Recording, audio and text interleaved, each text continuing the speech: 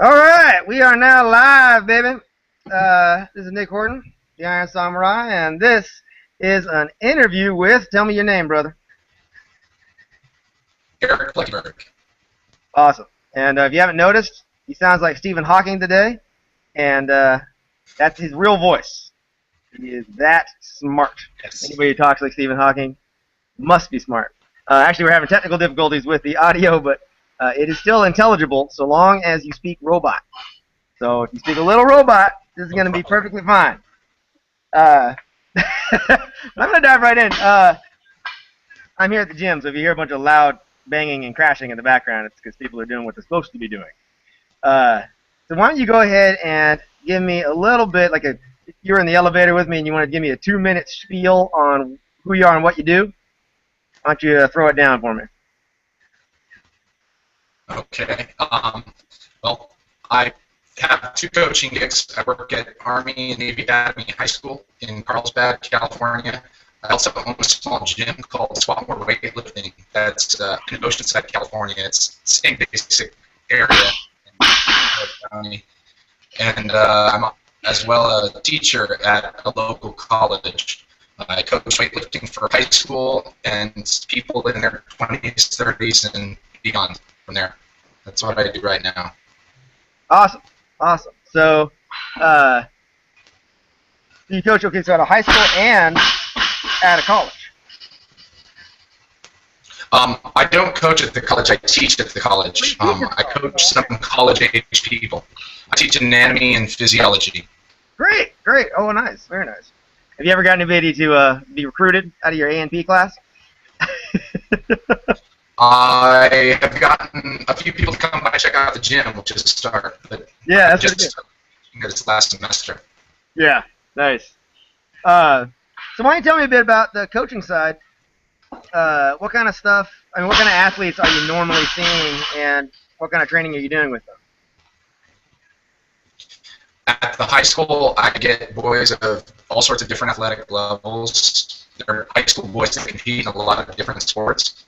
And in the gym separately, I get people that come from either a CrossFit background or are training for another sport, or they just want something that's not a 24-hour fitness, not a CrossFit, and somewhere in between is kind of what they're looking for. So that's the variety that I tend to work with right now. As far as the skill set of some of the boys, I have boys that come in that can't touch their toes and can't walk straight without falling over, and some very gifted young athletes that come in with 4.6 40 times and can jump over 3 feet. So it's definitely a big area of kids that I'm working with. Nice, nice. So among those, how many are interested in the sport of weightlifting? The high school boys, I invariably get at least 4 to 5 kids each year that want to come back next year or want to seriously compete.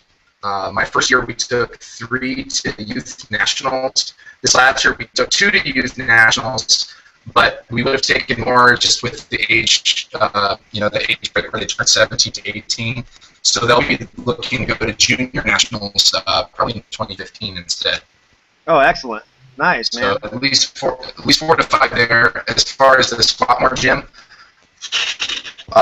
most people who come there have a general interest in competing. I have about 20, 25 people on any given month that come into the gym and train regularly, not just including visitors and drop-ins and stuff like that. Oh, wow, that's pretty good. That's a pretty good group, man. I mean, especially considering the average size of Olympic weightlifting clubs is not usually very big. Yeah, we're about 800 square feet. Yeah. That's great news, man. That's really good. So what is the response, as a rule, from the high school itself about the Olympic weightlifting?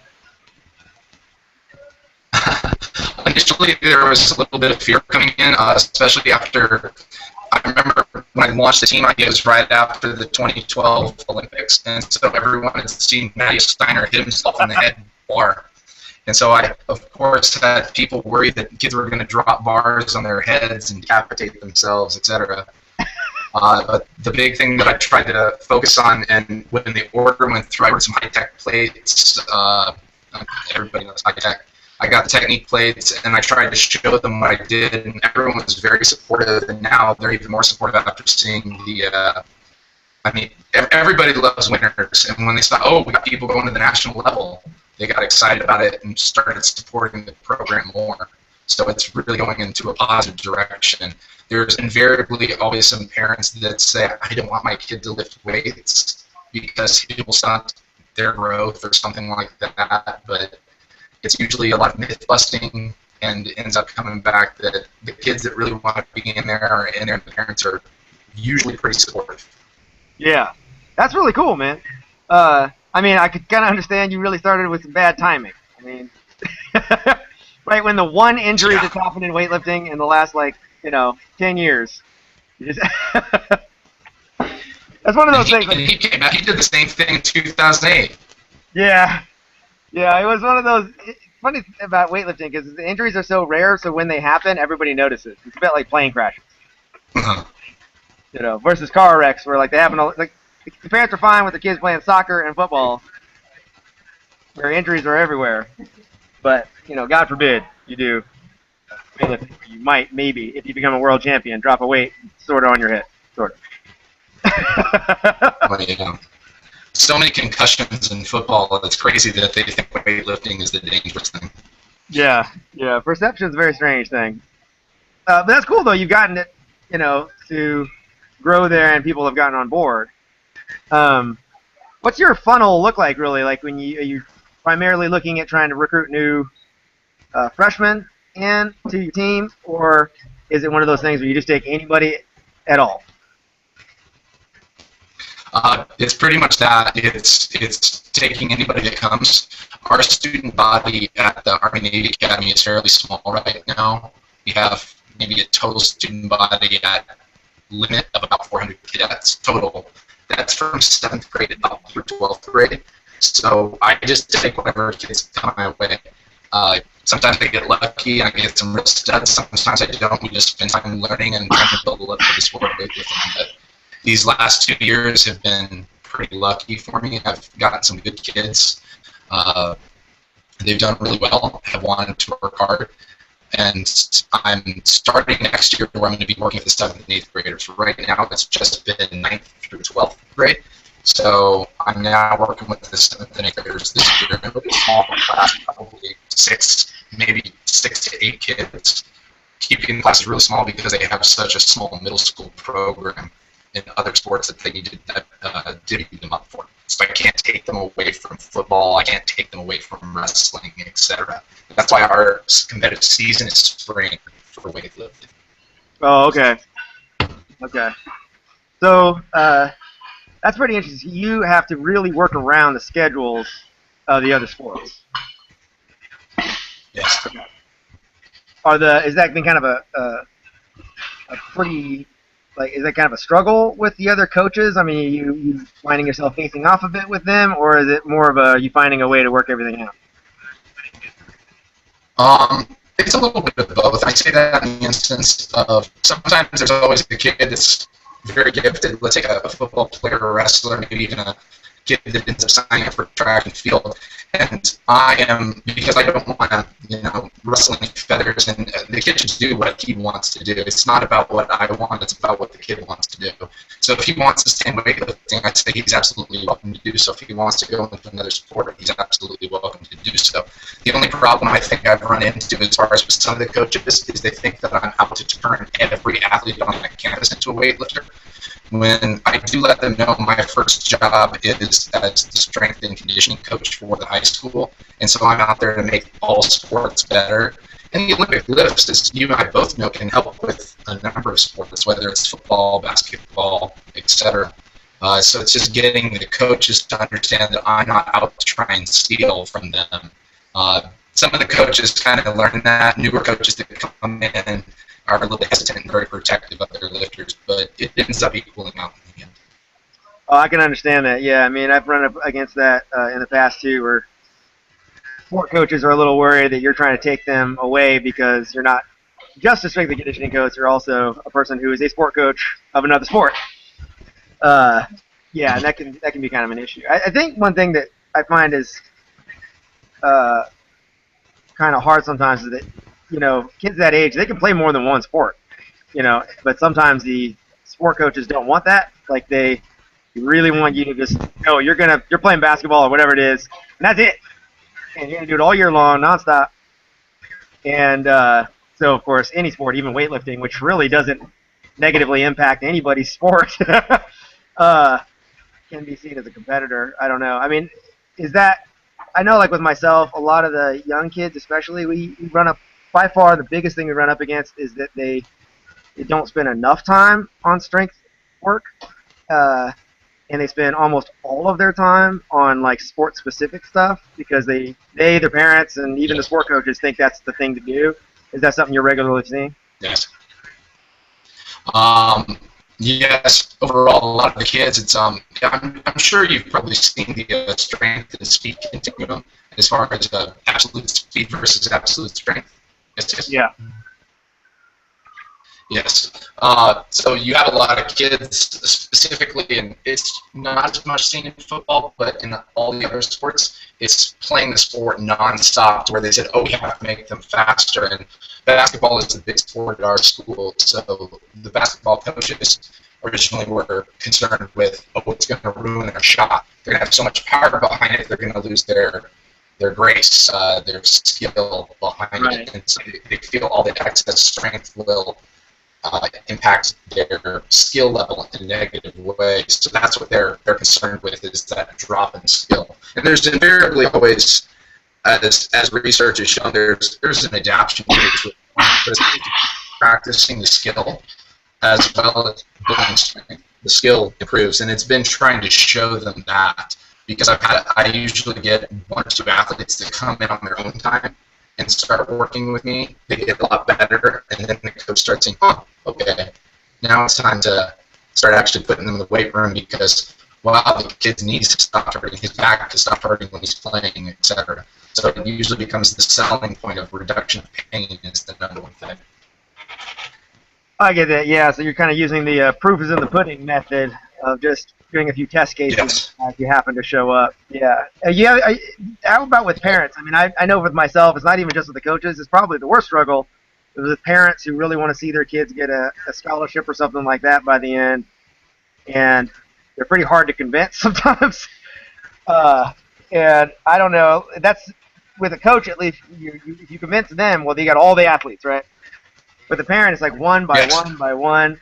Are you in contact with the parents enough for that to be an issue, or are you mostly dealing with the coaches on this?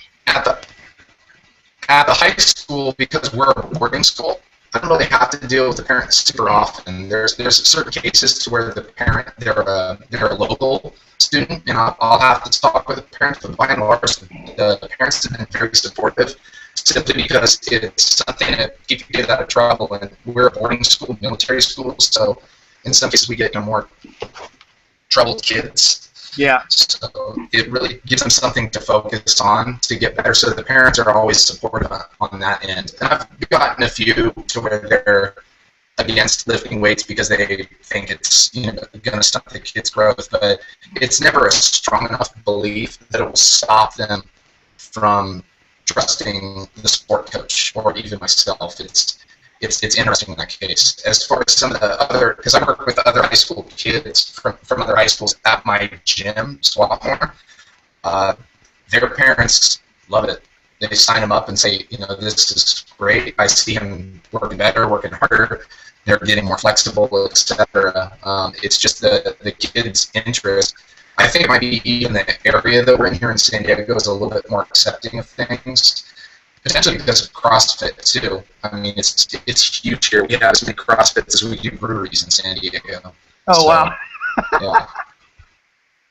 Yeah, there's like 70 or 80 boxes total here in this city. Holy shit. Yeah, that's crazy. I know. I just read recently that like CrossFit has over 10,000 clubs now. That's just nuts. Yeah, that was something I was going to ask about. Is because you're at a school, in a very specific kind of school. It's a boarding school and a military school. So that's a pretty unique case, almost the precise opposite of what I've got here, where it's a private institution, you know. So I talk to parents probably more than I talk to sport coaches. But which I can't say is the easiest thing. but the CrossFit thing I know for my end has made a ridiculous difference in terms of just people knowing what we even do. You know, like it's not so foreign anymore. Yes. And so, you know, if you just Google stuff online, you're gonna find all this, you know, random YouTube videos and people doing what I'm telling, you know, and all that may not be the prettiest technique in the world, but they're gonna see it, you know. At least it exists. Yeah. So I was curious about that. Like, you know, yeah, you're saying you got 70 damn CrossFit clubs in your area alone. What the impact you think has been, just even say in the last 5 years, on what that means for you in your position as a strength coach, even, you know, even independent of Olympic lifting, but just as a strength coach. What that means, it's been great. It's funny. I actually have a story with this. I interviewed for another job as a strength coach out here for another high school. I never actually heard back from it, so I'm assuming I didn't get the job. But one of the questions in the interview that I thought was interesting was, what do you think of CrossFit? They just asked my opinion. And I never think it's professional to ever badmouth anything, but in an interview especially, but I don't have any, I mean, there's positive and negative with everything. My answer in the interview was, I said, it's been really great. We're bringing back big compound lifts, weightlifting, functional movements, things like that. And of course, the downside of that is you're having more people that are doing, they're poorly educated. There's not as many smart CrossFit coaches probably as there should be, but that's the case with, I suppose, a lot of coaches. You have people that can open up a gym in a weekend's time, etc. And I said, and then of course there's this technique issue that you've been seeing a lot of. But that, you see that with any sort of fitness profession. It's just more public with CrossFit right now because of how in the news they are. And that was my answer to the interview, and that's kind of my answer to your question as well. Is it's been great for letting people know this is what a snatch and a clean and jerk is. Just like you said, it's not a foreign concept anymore, and a lot of people get a taste. They get a taste of weightlifting through that, and that's where I've heard a lot of people, they kind of cherry pick their WODs, so to speak, and they're going, oh, I'm going to do a strength day. Oh, the next day is 400 meters for time. Yeah, I'm going to skip that day, and so they end up looking.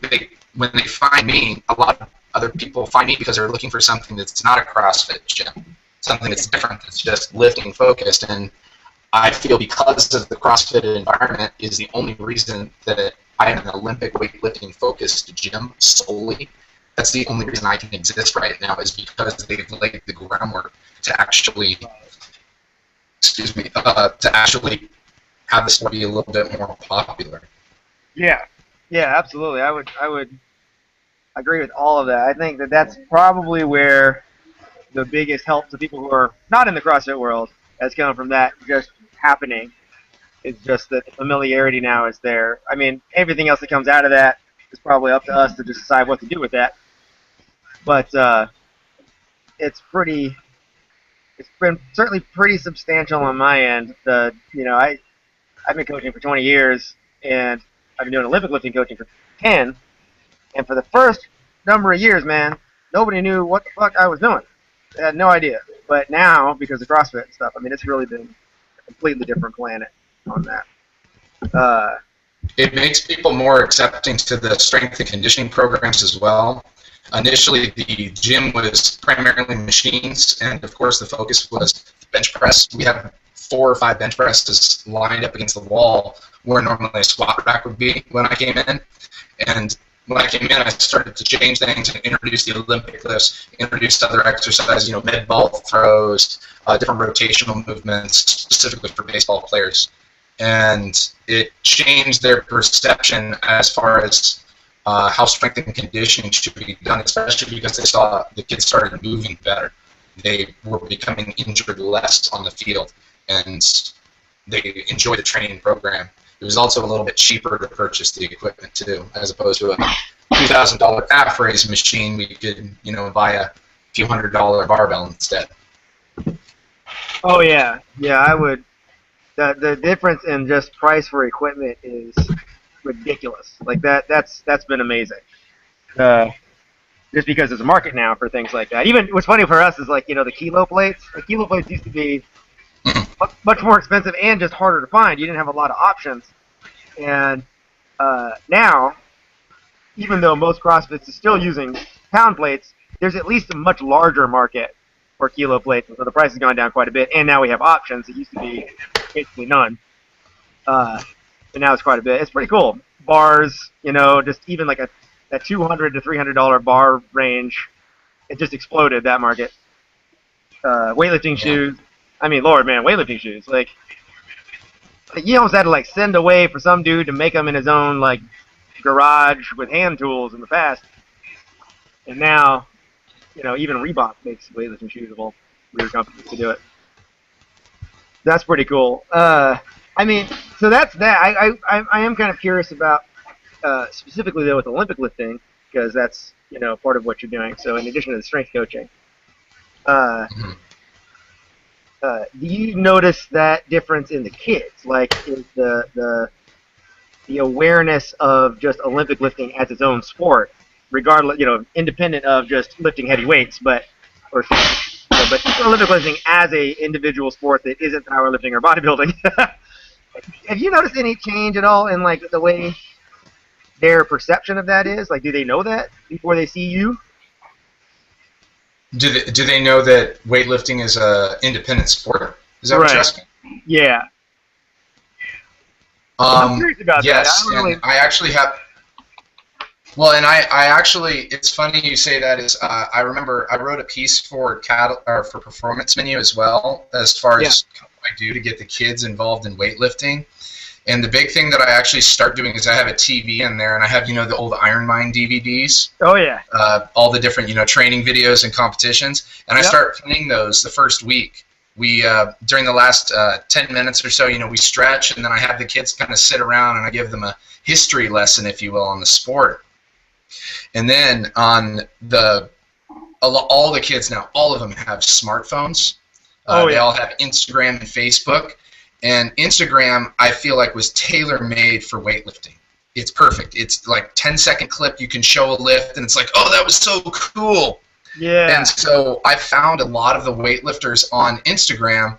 I actually put a list up on the whiteboard, at the end of the workout or something like that. I write down different lifters that they can follow and check out and watch. So a lot of them start following and learning about the lifters, and I help to build the love for the sport that way first, even before I teach them how to snatch or clean. That's pretty damn smart, man. I like that. Yeah, I hadn't really thought about it, but that makes a lot of sense about Instagram. Because they have the very short video clips and images and whatever, and weightlifting that's about as long as it gets. 10 seconds. I mean, that's the whole setup and everything. I always joke that it's basically sumo. It takes almost no time whatsoever for the actual lift, but there's all this time in between where you just sit around watching people, do nothing. But yeah, it's that's a great idea. I think that's something I might start stealing from you, man. That Instagram idea. Please do. Yeah, that's brilliant. Because you're right, the kids. I mean, hell, I'm old, and I never go anywhere without my smartphone, let alone the kids. They couldn't even imagine life without it. Yeah, that's fascinating. So about weightlifting, let's go into that. Like specifically, you said you start getting people interested in the sport itself and just getting excited about it before you even get them snatching and clean and jerking. What do you do, just training-wise, that leads you into getting the kids to the point where you do start teaching them how to snatch or clean and jerk, at least for the ones that are interested in that? The initial phase, as far as what we start with, I'm a big believer in the trap bar deadlift as far as a basic strength movement. We'll start them on that. It's the easiest exercise for them to actually load, and it teaches them one of the fundamental movements or fundamental principles of weightlifting, which is keep your back flat, keep it tight. No rounding of the back. And so I structure a workout based on that, and then I pulled an idea from Dan John, after talking with him, I'm sure you know who he is. He's a strength track and field coach out of Utah. And he actually had this idea where he did the warm-up as the workout. And I kind of took some of that and I started putting it into place, and I call it dumbbell yoga is what I do. And I do this full exercise setup to where they do some general stretches, some are yoga stretches, they do general calisthenics, some jumping jacks, we do goblet squats, we practice the deadlift with the dumbbell. It looks more like a sumo deadlift would though. Yeah. And then we do dumbbell snatches, waiter walks, and a few other ab exercises, and then we can start progressing with some of the larger lifts. By practicing the deadlift with the dumbbell as well as the goblet squat, they immediately are able to understand this is a proper squat, this is the position, and then we can slowly add the bar in place. Usually for the first 3 to 4 weeks, we don't practice the snatch or the clean right away. I just want them to practice those movements.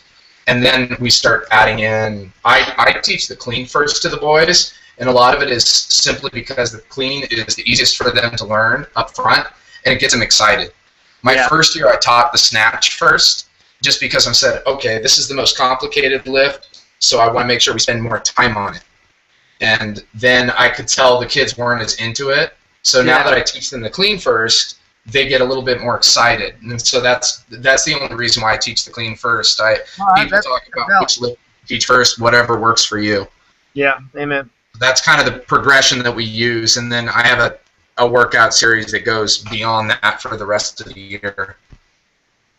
That's pretty cool. Yeah, it's funny you mentioned Dan John. He 10 years ago when I started my first Olympic weightlifting club, Dan John called me and I talked to him, about just asking him questions about what to do and all of that. He was really very cool about it, and we've kept in touch ever since about what's going on. And I can certainly credit a substantial amount of all of my ideas as being just basically rip-offs of Dan John. Give it a different name. Dan even says himself he's ripped off quite a few people, and he's totally fine with that. I mean, we all borrow from each other in the industry for whatever works. Yeah, I like the joke that, if Henry Ford had focused on reinventing the wheel, we wouldn't have any cars.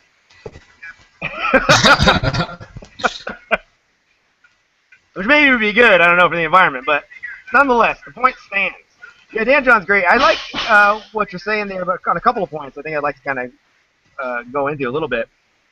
One, the trap bar deadlift. I love the trap bar deadlift, and I think that everything he said about it is spot on. I think a lot of times people are just in gyms where they don't have one, so maybe you've never even tried it before.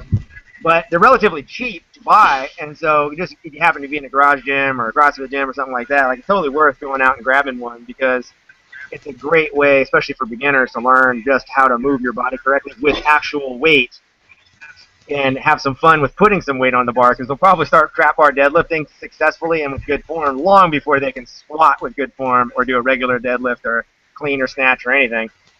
So it's also fun. And I like, too, that you talked about the clean the way you did, because even though, like in my club, we definitely teach the snatch first, but that's because they have a very different demographic than you do. And so that makes sense with us, but it makes a lot of sense given who you're working with, especially the young boys. Cleans are what they're going to find fun, and so if you don't have somebody having fun, they're going to quit. We're not forcing these people by gunpoint to be weightlifters, so that is an important consideration. Like, if you don't have a system in place that makes the transition from not weightlifter into weightlifter a fun experience, then you won't do it. And I think that's not taken very seriously sometimes, and I think that's important. And that's going to be very different depending on what kind of group of people you're working with, I found if you're working with a lot of CrossFitters, it's just kind of the other way around. They know enough about the snatch and the clean where they're perfectly cool working on the snatch. But they're a very weird crowd. I mean, they're unique in the sense that, everybody else I've ever worked with, CrossFitters are very different. Yeah. And so that's a different crowd altogether. But that's pretty cool. I like that. So what happens when you've got them up and running now? You're telling yourself, okay, this is a lifter who is totally ready to learn how to clean and jerk and how to snatch. What's the time frame on that to get them to the point where you would say, okay, now we're ready for our very first competition? Like, what kind of stuff is going on in between? What's the training look like, and how long does that take? We'll do a meet typically for the more, I guess, the ones who learn a little bit quicker. Let me think really quick. Hold on, I got to think who starts first. We're looking at probably 4 or 5 months where I really feel comfortable for some of them to actually do a meet. Yeah. 4 to 5 months would be kind of the general time frame, and that's a first meet, and I control the weights on the bar. So a lot of times it's going to be weights that they've hit in training 1,000,001 times. They'll even hit it in the back in the warm-up area.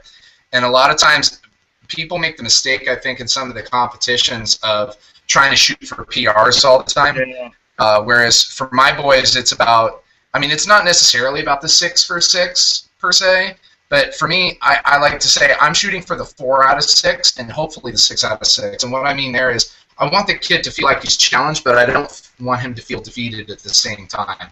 In some ways, it's good for them to miss a lift in competition. These kids are, usually competing. They're 15 to 16 years old, so it gives them a sense of, okay, now I understand what I need to work on. Coach is right. I can't just keep, screwing around or not taking it seriously. It gives them that deciding factor. So realistically, I'm looking at about 4 months or so before they're ready to compete. And we set it up perfectly. Our first big meet, is usually in March. Kids that are repeating, we usually have them compete in January or February, where they trained with me the previous year. But otherwise, the first meet for a lot of them is March. We'll do one in April. And then we do a small meet in May where it's kind of a fun little barbecue cookout afterwards. And then the boys that qualify go to Youth Nationals, which is usually sometime in June. Okay, great. And let's say we had a kid who they've decided on their own, like weightlifting's their thing. What does that 4 or 5 months of training tend to look like? What kind of programs are you running there with them? What kind of exercise selection are they going to be looking at and all that? We don't have access. We have access to bars, squat racks, and bumper plates. That's it right now. I mean, we have some dumbbells and things like that. So while I would like to do more block training, it's simply not in the budget right now, and we don't have the space for it. So all of our lifts are typically just done from the ground. We practice the lifts consistently. It's usually a power snatch and power clean progression to where I teach the kids to catch it high and then ride it down. Over time, they learn how to actually catch it deep. Initially, what we do is we focus on one lift every day. We snatch twice a week. We clean maybe twice a week, and then we jerk twice a week. Sometimes we'll only clean once a week. It depends upon the kid, really. Again, the clean is the easiest one for them to pick up. And I find the biggest problem comes in their jerk lockout and their overhead. They squat at least 3 days a week. They deadlift once a week, and they press every single day. Press and pull in some capacity, like a row or a pull-up, like that. And then, of course, we train arms at least once a week, heavy. Oh, got to, yeah. Because the you got 16-year-old boys, man. They got to have biceps. They got to have those pipes, man. So we do that, and I go through different circuits. And it's usually on a Friday, so that way their arms are sore over the weekend. And I've learned to actually make the boys' arms sore over the weekend because they like it and they want to come back in, and they get that pump feeling. I mean, they're kids, they're young boys, so they love that feeling of sore, pumped up arms. So I give it to them. You know what's funny is that I in strength coaching, and certainly in strength sports, there's a lot of for fun, like to make fun of bodybuilding, and certainly make fun of the bro guys who only do their biceps. But truth is that a certain amount of bodybuilding work is actually really healthy and good for you. And we don't want to go to the other extreme where kids don't do enough upper body training. It's kind of like hearing that you guys do basically every single time you train, you're doing some kind of good upper body training, because it is true, like weightlifters have a tendency, if they're going to get injured, which isn't all that common, but when they do, it's almost always their shoulders, elbows, places like that. Extremities. Yeah. And so if you got those guns, it's a little less likely to happen. And let's face it, it is fun. And that can't be discounted. Yeah, that was something that really made a big difference for the injury rates with my own group. Is that years ago I was a little more hardcore about just snatch, clean and jerk, squat, pull, and that was about it. And as soon as we started doing more bodybuilding and just that, really basic shit, chin-ups, push-ups, presses, whatever, injury rates plummeted. It's pretty amazing. So that's definitely something I'm a big believer in, just from experience. So you're doing a lot of, basic stuff because that's all you've got, Which, Yes. as anybody who's been in this long enough knows, but maybe if you're listening to this and you're new, you don't know, that's actually about 90% of where all success comes from anyway. All the other stuff isn't actually necessary, so you don't have to feel bad about that if your own gym or your own garage or wherever you're training is similar, and all you have is barbells and basic stuff and a place to do chin-ups. You're good to go. So you can go very far with just that. So let's say we've gotten them past that first contest, and now they're excited, they're hooked, right? And this person wants to be a weightlifter, and they're relatively young, so you got them for a few years. How does the training evolve after that rank beginner stage into that just nebulous intermediate stage that they're going to be in for a while? Does it change much, or is it a lot of the same kind of stuff? They're going to do some similar exercises. A lot of times it will become specialized in the sense of where their weakness is. Okay. When I train the group when they're beginners, a lot of them have the same weaknesses to where it's, weak legs, weak lower back, weak core, weak shoulders, etc. With them later on, an example is one of my kids who's he's probably going to get to junior nationals. He snatched 95. His best clean and jerk is 120.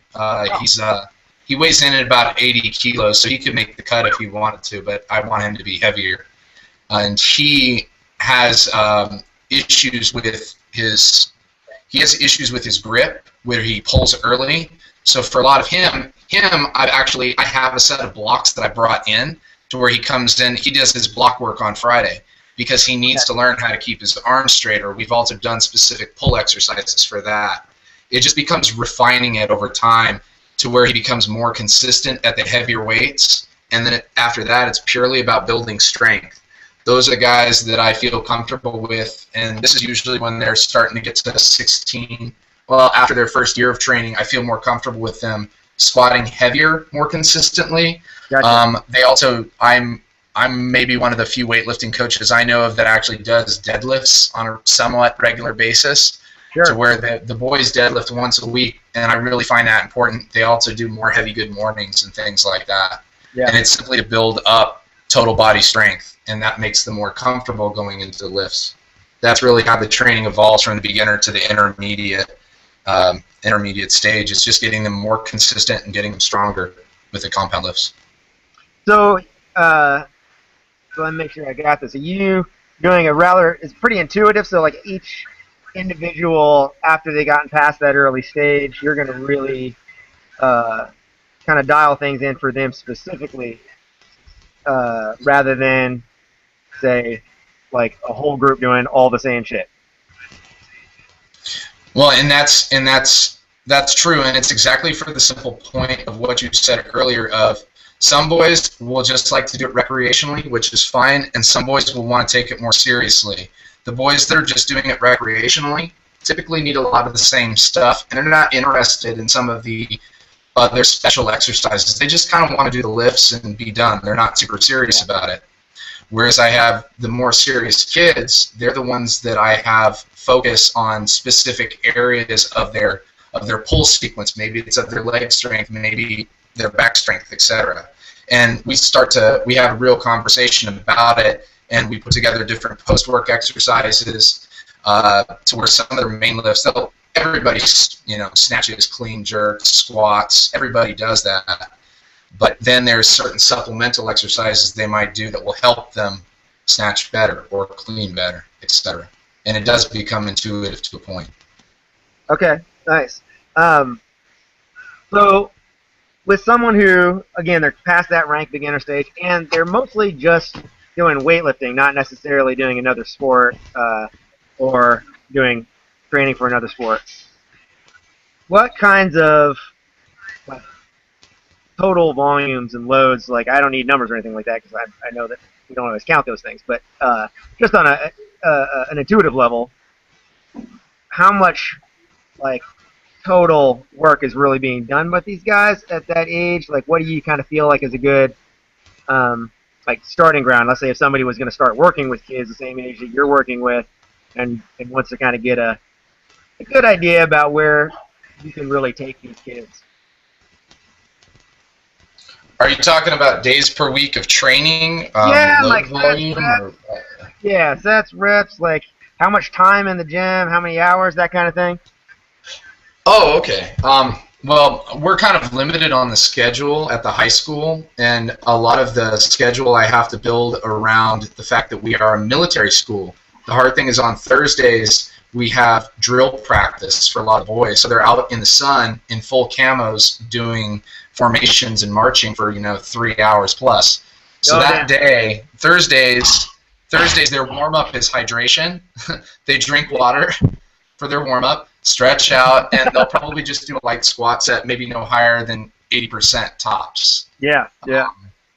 And that really becomes their Thursday workout. The rest of the days per week, we typically train anywhere from 3 to 5 days per week, depending upon the military schedule that they have. And most of those days are going to be right around the 80 percentile range. As we get closer to competition, I don't want to say we truly max. I mean, we might max 3 times in the year total, as far as for squats or deadlifts or things like that. And it's really just as marks to show them how they've improved. And as far as the snatch and the clean and jerk, we don't really max the first year, just kind of get their opening lifts dialed in. So our overall intensity is going to be on average about 80%, including the compound lifts. I usually use a 4-week cycle to where what we do is our first week is sets of 8. I usually like to do, like, my first week is 4 sets of 8. Second week is 4 sets of 5. Third week is 4 sets of 3. And then the final week is 6 singles where they're going to be working at about 90%, making sure the 90% is fast. Gotcha. And then after that, we come back to the sets of 8. So that's kind of typical through the year until we're like 2 weeks out from a competition. Then I just have them snatch and clean and jerk every day that week with some squat work in there. So that way they feel comfortable going in. It's 2 weeks of just straight practice. They compete, and then we go back to the normal workout schedule. Gotcha. Okay, great. No, that's really cool. So that's good. I think that's a good rough guideline there for somebody if you're listening to this and you're getting into coaching high school kids. For what Erik's doing. Let's say. Oh, look, really quick. I almost forgot. So the sets of 8 and everything, that's for the strength movements. That's for like squat and press, etc. Yeah. For the snatch. Yeah, I want to clarify that. For the snatch, clean and jerk, it's I actually do the first week with the sets of 8. They do triples. The next week they do doubles, and then we do like 5 singles the last week. So I just go down in that manner as far as working down. And then the final week where they're working heavier in the 90% range, we bring the loads back down to maybe 70% or so on their snatch and clean and jerk, so that the focus can be on the compound lifts while they're still maintaining the technique for the Olympic lifts. So I just wanted to make it, I'm not doing 4 sets of 8 of snatches and stuff like that. Right. To be very clear, it's not actually CrossFit. Yes. That's a point I think that is worth doubling down on a little bit, because we'd like to make that point too. It's funny because you said that, and I just took it for granted that you didn't mean, sets of 8 on a snatch. But you're right. Yeah. That's actually very worth clarifying, because if you're not sort of used to general weightlifting style training, you might not know that, and there's some good reasons for that. It really comes down to just safety above all else, but even secondarily to safety, just motor learning. I mean, you can't really do snatches and cleans and jerks with such high reps and do all of those well, which means you'll have practiced more bad reps than good reps, and you get good at what you do, or you will do what you do. So if you practice bad reps, you'll be bad. If you practice good reps, you'll be good. Mm. And with the big lifts, the big strength lifts, you can practice successfully with higher repetitions and have them be good lifts because the technique's just not as complicated. But you couldn't do that with a hammer throw, and you can't do that with a pole vault. And the snatch and the jerk certainly together are very similar to those kinds of lifts. And so, of course, or events, I suppose. So, of course, you really can't do high repetitions and expect good-looking repetitions at the same time. So that is a very good point to make, yeah. One thing I want to ask about the workouts, though, is earlier you said, Dan John's idea of the workout or the warm-up is the workout.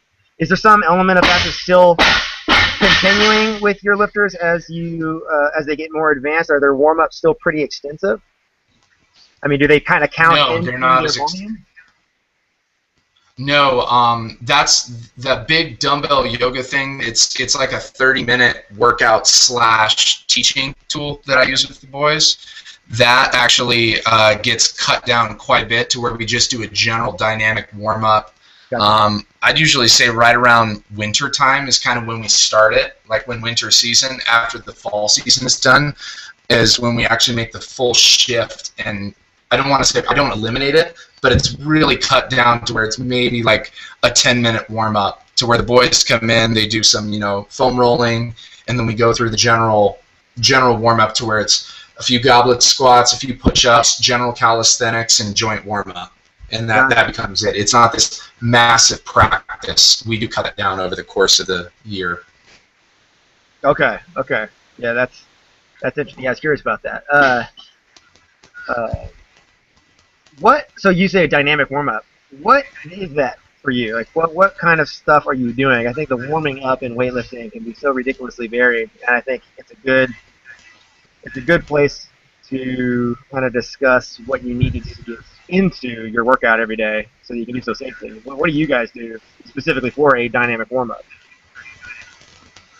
Well, there's the initial movements as far as, like I said before, we'll do a goblet squat, we'll do a push-up. We do different lunge variations just to open up the hips. Kind of like what you would term the traditional sort of track warm-up almost, like a Spider-Man lunge, a lunge with rotation, different reach exercises, and then I finish up with like a few inchworms on occasion, and then we do the only other kind of specialized stuff I make sure that we do is different sorts of wrist exercises for a lot of the boys. Since their wrists are not used to sustaining weight, we do a lot of different like wrist stretches, wrist circles, and Cossack squats we do quite a bit of too.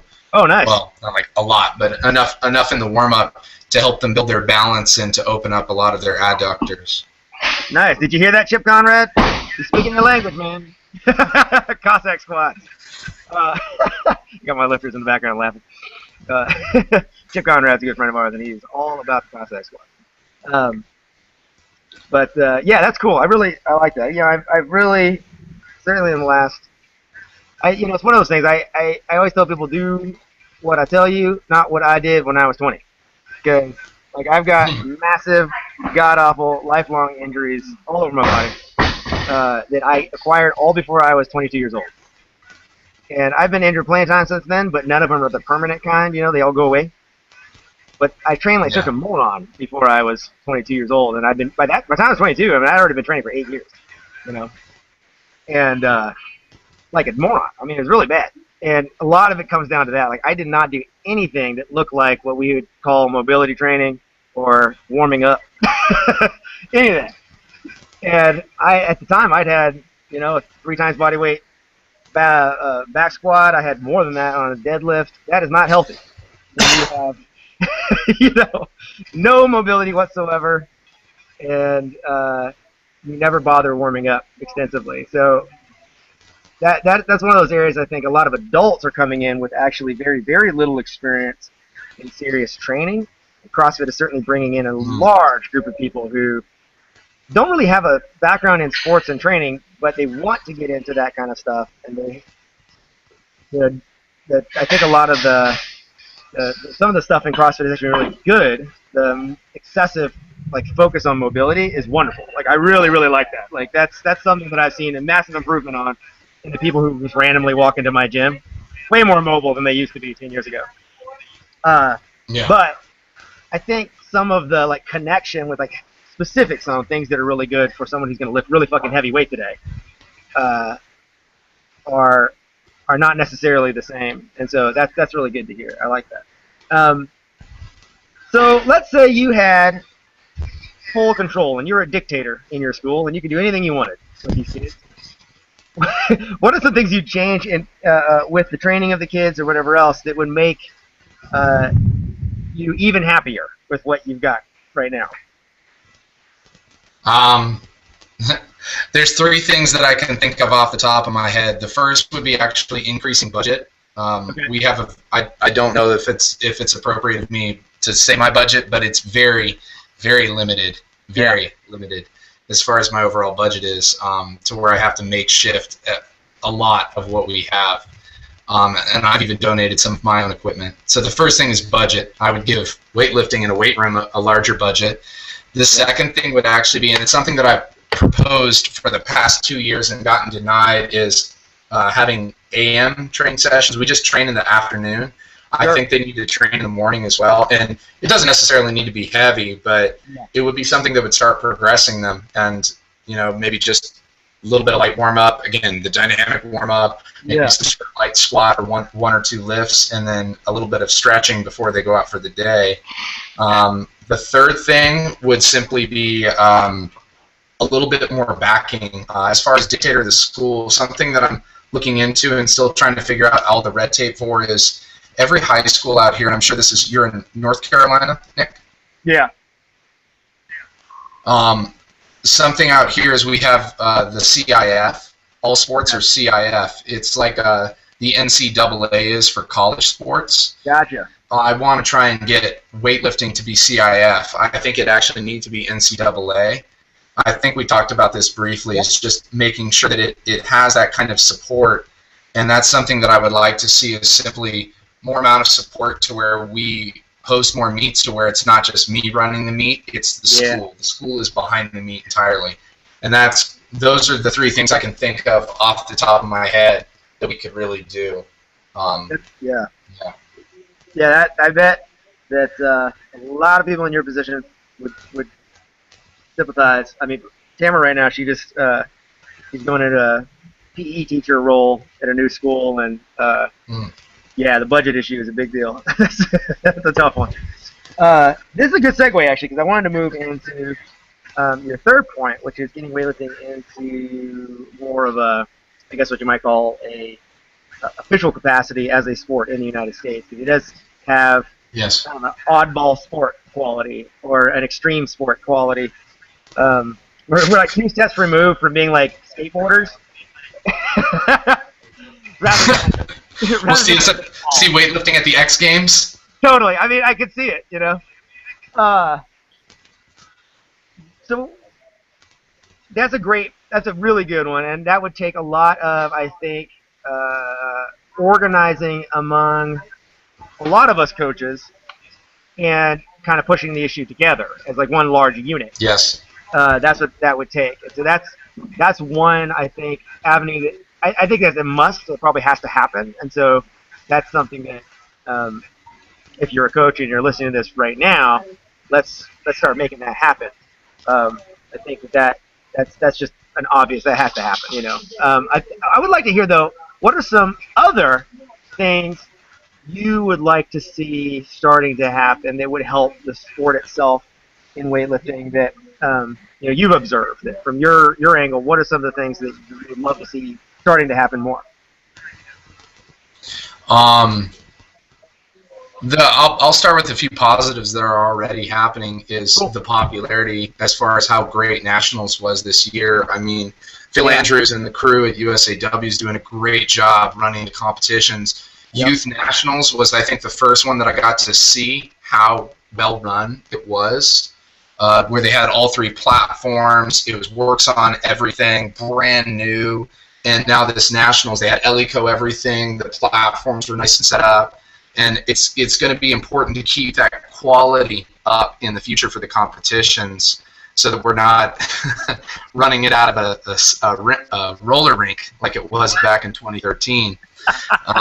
As far as other things that weightlifting could definitely do, I think the first start is getting the high schools going. Like I mentioned before, we need more educated coaches, and that's something I spoke with Sean Waxman about, is if we do make it CIF, if we do try and get it into the high schools, you have to think, okay, now it's available in the high schools.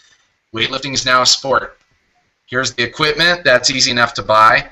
Where are the coaches? Yeah. So we need more coaches for that capacity, and it's going to probably start small, to where there might be one coach for each district or something like that, which I think would be something that's very feasible.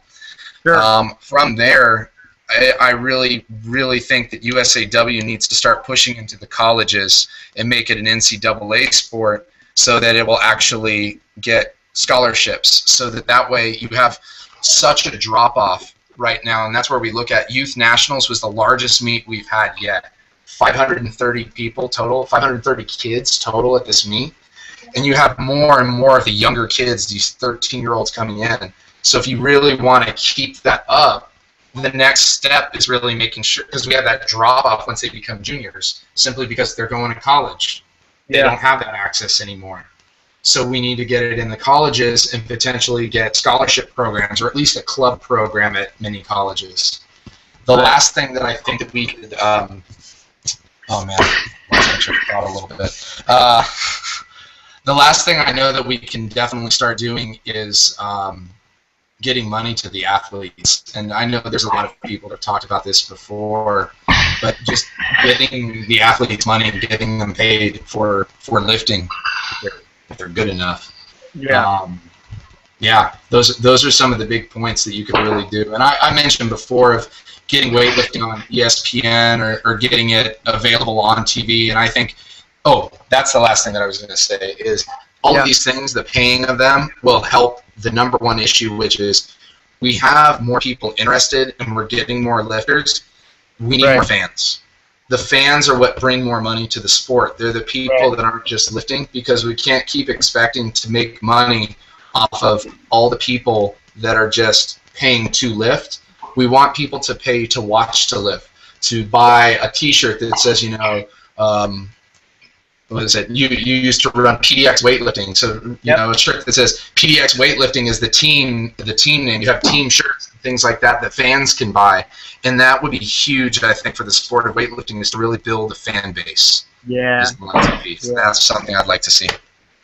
Yeah, absolutely. I definitely want to second what you said about how well run the meets are now.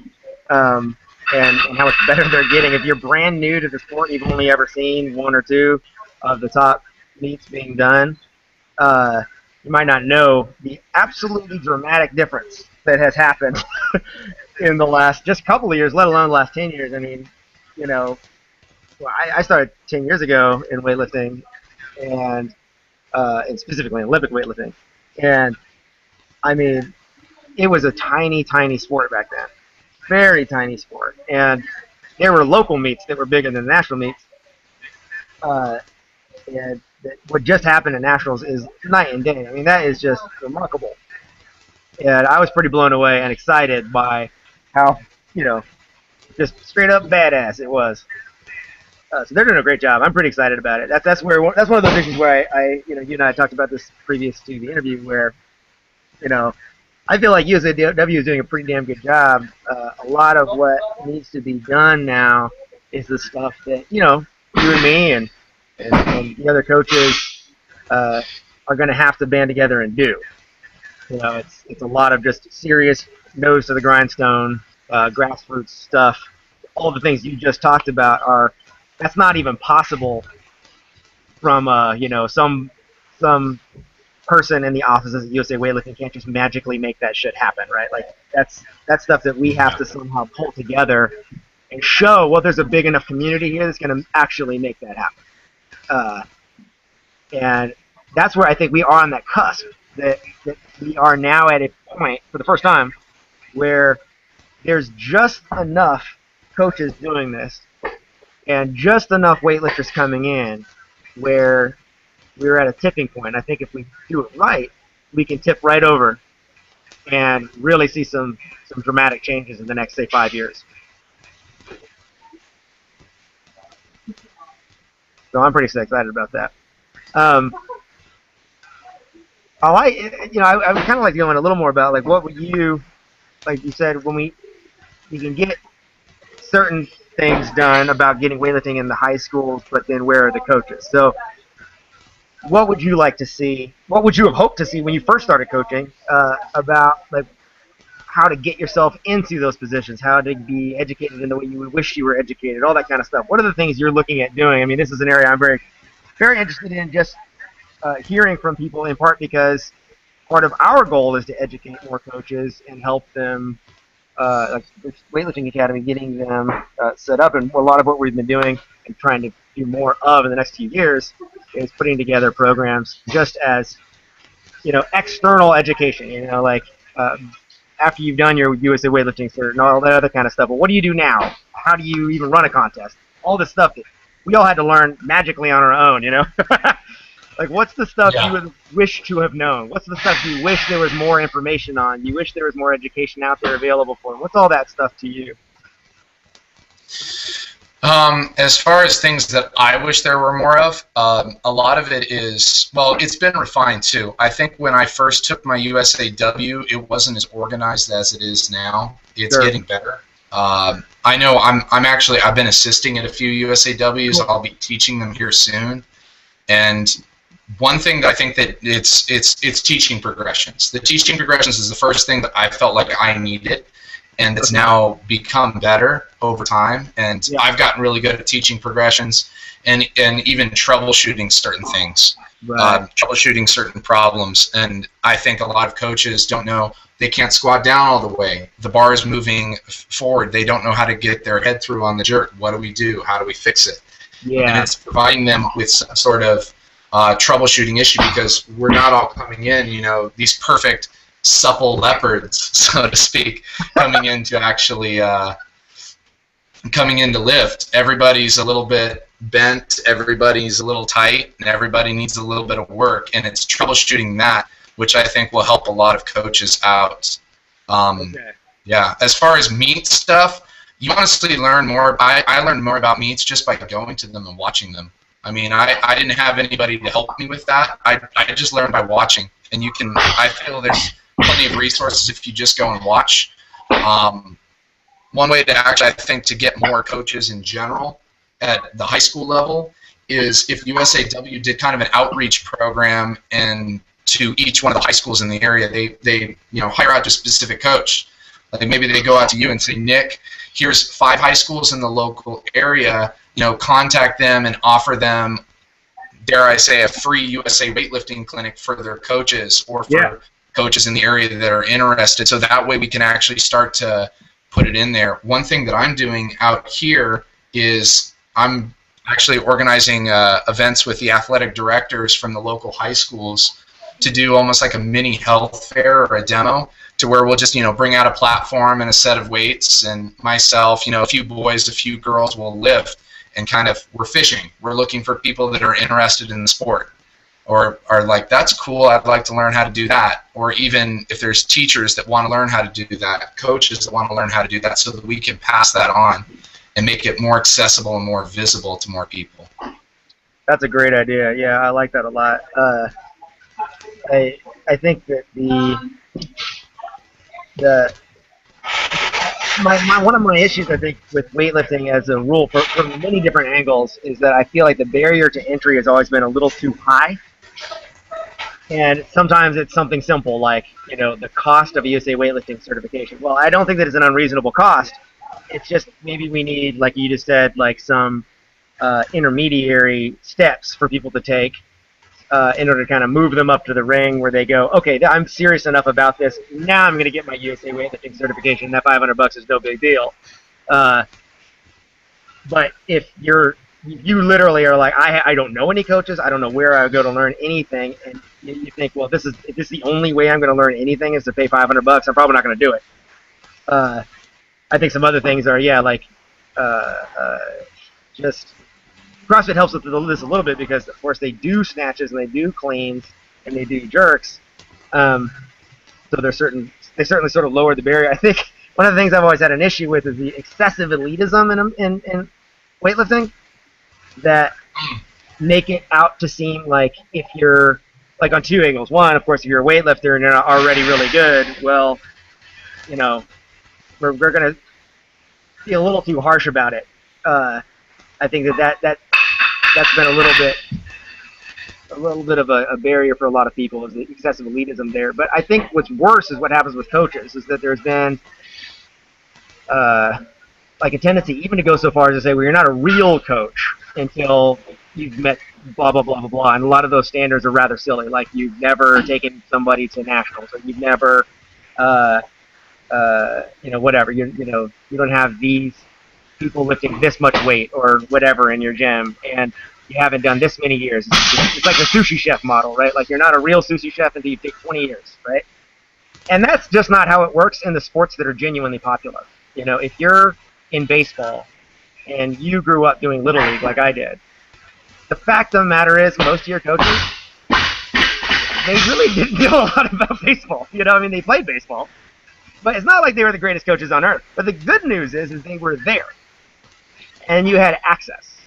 And I think it would help our sport quite a bit if we treated the word and the notion of coach in weightlifting the way we treat it in baseball and basketball and whatever else, which is if you have anybody who is doing the sport and you're taking them to competitions, you're a coach. That's it.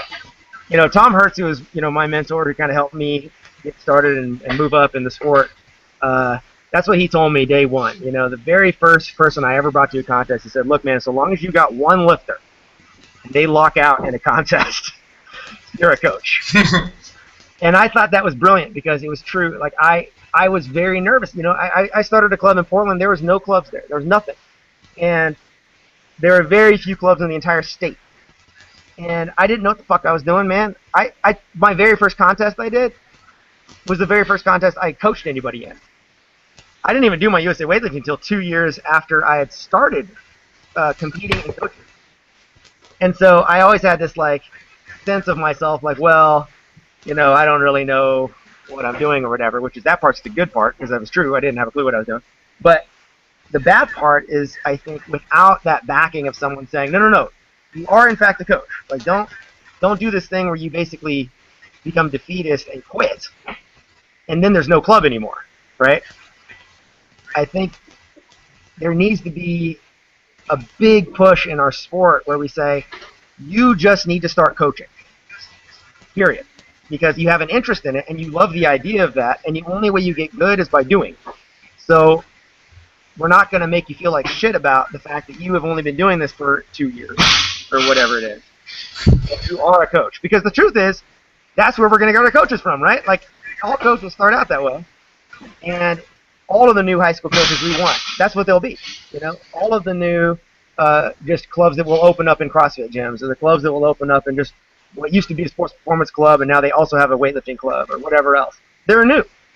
And if they feel welcome, if they feel like, hey, you know what, this is a sport that is embracing me and is excited to help me get better, rather than making me feel like I'm less than somehow, I feel like that's going to make an enormous difference. And it's something that I've heard a lot of complaints about. This is why I bring it up in a lot of the seminars we do with club owners who are trying to do just that, and feel like, man, every time I go out there asking about stuff, I run up against a very substantial amount of elitism. And I think what's tough about that is that, quite frankly, I don't think a lot of the better coaches are that way at all. I think that they're not very elitist, but they're not out there, enough. And so that to me is an enormous area of just culture shift that I would love to see. It's funny you mentioned that. It almost got me thinking of. I watched the documentary American Weightlifting from Greg Everett and them, and there was kind of a continuing theme among the coaches, Mike Bergner, Bob Takano, all of them, to where they started up, and they might have had a mentor. Takano specifically, I noticed, he said he kind of figured it out as he went along, and he started coaching by accident, it sounds like, to where it's the only reason I was coaching is because I knew more than the other guys in the gym. Yeah. And now you have a lot of these guys that a lot of the old guard of weightlifting, to where they're down talking some of the new coaches, and they almost forget in some instances those new coaches are starting off the exact same way you did, to where it's they don't know very much, but they really want to learn, and they are learning. They're getting better. You can see every single year, and that's the mark of a better coach, of a good coach. And I just think it's kind of sad that you see some of this old guard, or that elitism in weightlifting, to where they are talking smack about these new coaches, where, oh, they don't know anything, they should bring me in there. The sad thing is, despite how amazing some of us are as coaches, we can't coach everyone. We can only coach some people, and so there needs to be sharing the wealth, so to speak. We need to get out there, and it's more about the sport and less about our egos. Right. I really like that. It's funny, you know, like Everett and I, Greg Everett and I, at one point, it was a few years ago, when I interviewed the first time, we had kind of talked off camera a little bit about some of that, about how when we both got into this, there was a period of time there where we both got a lot of backlash and a lot of shit from you know, there was a small number of coaches who were cool about it, but I got quite a lot of crap, and we both did, in part because in addition to being newer coaches, we also ended up becoming relatively popular for reasons that had nothing to do with our coaching. You know, blogging and making videos, and you know, him running Performance Menu and these other things. You know, that's not really about our coaching. That's more about promotion and other things like that. But, you know, before us, not a lot of coaches even use the internet. You know, like that was a very new thing anyway. And so we just happened to be young enough where the internet wasn't foreign to us. But it's interesting how that's shifted now a little bit. You know, we're both been around, you know, roughly the same amount of time. He started kind of coming around the same time I did. So, you know, we're at least each a decade. He's a little longer than me into this. And so now it's shifted. Now we're not the new guys anymore. Now we're kind of like the middle-aged guys, you know. And we're more respectable. So it's funny how it's exactly what you just said. You know, we all sort of just made shit up as we went along, and then got better as we went because we coached enough to get better. And that's still continuing. I still feel like I'm a beginner, you know, every year that I keep going, man, I'm an idiot. I need to fix this and fix that.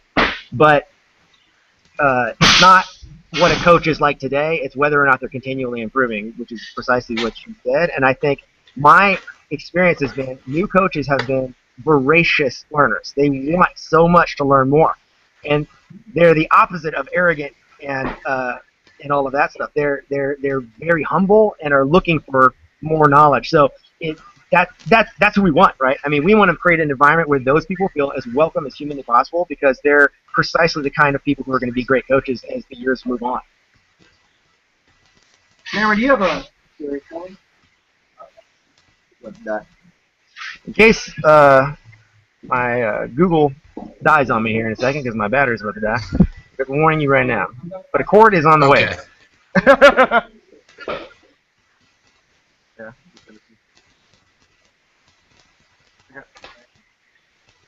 Thanks. I gotta plug in. Oh, look at that! Like magic. And we're alive. Look at that. That's really good, man. That's really good stuff. So, I think that's a good place to probably start wrapping it up. But do you have any final words on some of this stuff we talked about today, or anything you feel like I haven't asked that you think is important that people should hear?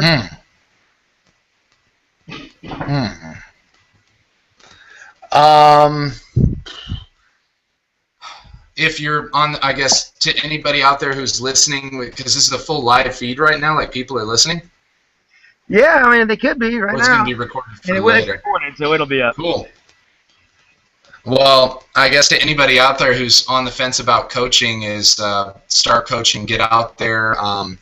Start coaching the kids, coach the adults, coach anybody that will come your way. Anybody that has an interest in the sport, don't shun them away because they're not going to be your next, Casey Bergner, King Wilkes, or Right. Colin Burns, because they're not going to be those top-level lifters. Everyone deserves to learn if they want to. And so everyone should help each other out in the sport as much as possible. That's great. That sounds like good closing words. I was gonna say that's good. That's touchy-feely stuff right there. That's always good when you're trying to close up an interview. And I'm gonna add to that if you're interested in coaching, if you're interested in getting more involved in growing the sport, let's go ahead and do that. You can contact me, and I think I'll try to start maybe collecting a group of us who maybe we can do some of the things that Erik was talking about earlier, which will take more than just a few of us. That's going to take a lot of us. So if you're interested in that, let's start putting together a group of coaches that will actually put that shit into action. That's great stuff. Man, Erik, that was a good interview, man. I like that. And by the way, your robot-sounding voice started getting much easier to hear after about 15 minutes. So that means that either the audio got better or my brain started interpreting it better. I don't know. Hopefully both. There we go. Yeah. Well, again, thank you, Erik. That was really good stuff. How can people find information about you? What website can they go to, etc.? The website is squatmore.org. That's my main website. Our gym is in Oceanside, California. I can't have you work out with the high school boys on campus, but you guys are welcome to work out there. Everybody's welcome. 5-platform gym, a lot of good bars, and a lot of good people.